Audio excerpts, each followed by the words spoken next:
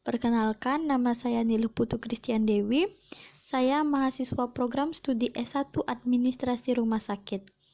Di sini saya akan mempresentasikan tugas manajemen konflik dan stres dengan judul penyebab dan dampak konflik. Yang pertama, saya akan membahas tentang definisi konflik. Definisi konflik dibagi menjadi 4. Yang pertama, konflik adalah sebuah situasi terjadinya pertentangan antara kedua belah pihak yang memiliki kepentingan berbeda. Kedua belah pihak merasa saling dirugikan, akibatnya terjadi pertentangan antara kedua pihak tersebut. Yang kedua, konflik adalah interaksi antara individu, kelompok, dan organisasi yang membuat tujuan atau arti yang berlawanan dan merasa bahwa orang lain sebagai pengganggu yang potensial terhadap pencapaian tujuan mereka. Yang ketiga, definisi menurut Robin tahun 2001 mengatakan bahwa konflik merupakan suatu hal yang dilakukan satu pihak serta menimbulkan ketidaksenangan pihak lain.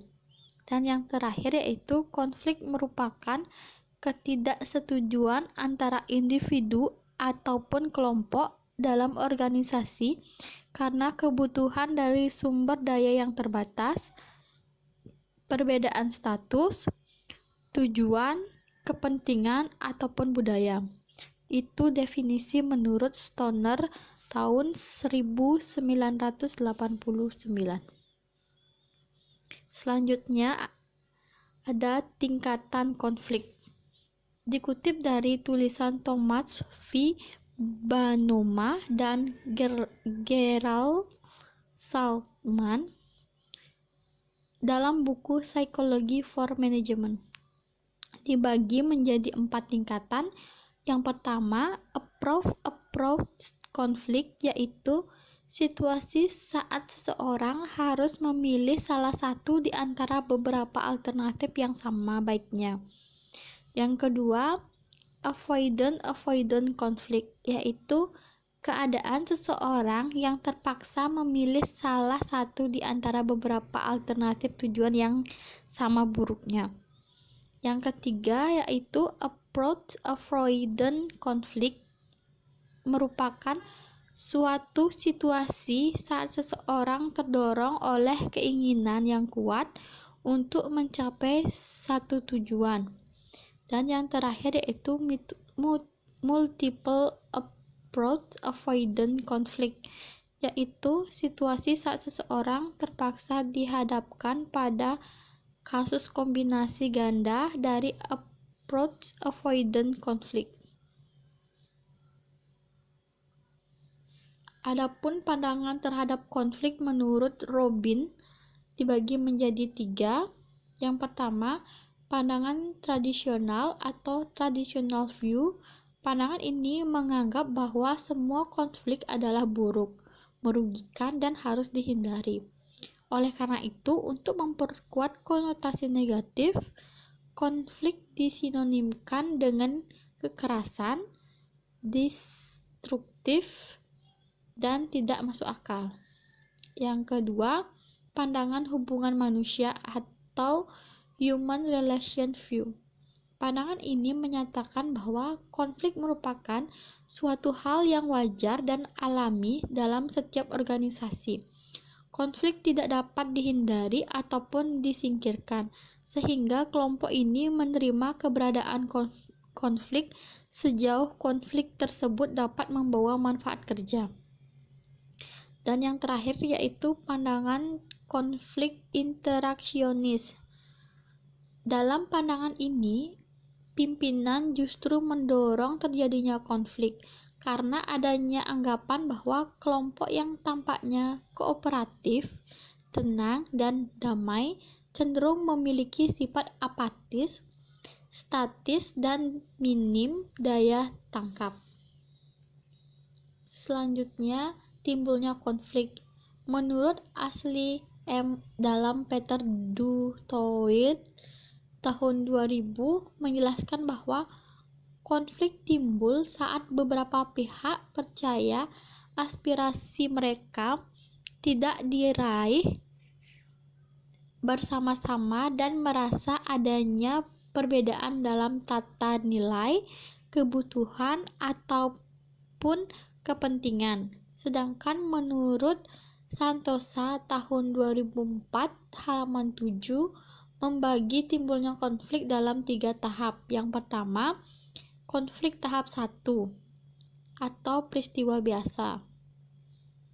Konflik tahap 1 dapat timbul dalam interaksi sosial sehari-hari, baik dalam kepentingan bisnis, perkantoran, keluarga, maupun pertemanan. Yang kedua, konflik tahap 2 atau tantangan. Konflik ini bisa terjadi karena eskalasi konflik tahap 1 yang belum terselesaikan sehingga menjadi konflik intragrup seperti umat agama yang sama. Yang terakhir yaitu konflik tahap 3 atau pertentangan.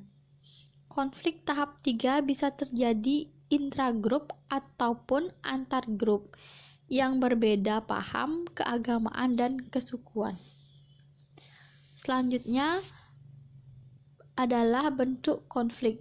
Di sini bentuk-bentuk konflik ada 6. Yang pertama, konflik dalam diri individu merupakan konflik internal yang terjadi pada diri seseorang. Yang kedua, konflik antar individu atau interpersonal konflik terjadi ketika ada perbedaan tentang isu tertentu, tindakan, dan tujuan yang berbeda. Yang ketiga, konflik antar anggota. Dalam suatu kelompok terjadi karena adanya latar belakang keahlian yang berbeda dan ketika anggota dari satu komite menghasilkan kesimpulan yang berbeda atas data yang sama. Yang keempat, konflik antar kelompok terjadi karena adanya saling ketergantungan, perbedaan persepsi, perbedaan tujuan, dan meningkatkan tuntutan terhadap keahlian. Yang kelima, konflik antar bagian dalam organisasi tertentu. Yang mengalami konflik adalah orang. Akan tetapi dalam hal ini orang tersebut mewakili unit kerja tertentu. Yang keenam atau yang terakhir yaitu konflik antar organisasi. Terjadi karena mereka memiliki saling ketergantungan pada tindakan suatu organisasi yang menyebabkan dampak negatif terhadap organisasi lain. Dampak konflik dibagi menjadi 2. Yang pertama yaitu dampak positif dan dampak negatif. Dampak positif yang pertama yaitu bertambahnya solidaritas intern dan rasa in-group suatu organisasi. Yang kedua, konflik di dalam masyarakat biasanya akan mengunggah warga masyarakat yang semula pasif menjadi aktif dalam memainkan peran tertentu di dalam masyarakat. Sedangkan dampak negatif dari konflik ada 3. Yang pertama, hancurnya kesatuan kelompok. Yang kedua, adanya perubahan kepribadian individu. Yang ketiga, hancurnya nilai-nilai dan norma sosial yang ada. Upaya-upaya untuk mengatasi konflik ada 4. Yang pertama yaitu konsilisasi atau conciliation. Pengendalian semacam ini terwujud melalui lembaga-lembaga tertentu yang memungkinkan timbulnya pola diskusi dan pengambilan keputusan-keputusan di antara pihak-pihak yang berlawanan mengenai persoalan-persoalan yang mereka pertentangkan. Yang kedua, dengan cara mediasi. Bentuk pengendalian ini dilakukan bila kedua belah pihak yang bersengketa bersama-sama sepakat untuk memberikan nasihat-nasihat tentang bagaimana mereka sebaiknya menyelesaikan pertentangan mereka. Yang ketiga, melalui arbitrasi, di mana keputusan dari arbitrasi ini melalui seorang hakim, di mana keputusan seorang hakim harus ditaati. Apabila salah satu pihak tidak menerima keputusan itu, ia dapat naik banding kepada pengadilan yang lebih tinggi sampai instansi pengadilan nasional yang tertinggi. Yang terakhir yaitu perwasitan. Di dalam hal ini, kedua belah pihak yang bertentangan bersepakat untuk memberikan keputusan-keputusan tertentu untuk menyelesaikan konflik yang terjadi di antara mereka. Sekian presentasi dari saya. Semoga materi ini bisa bermanfaat bagi semua. Terima kasih.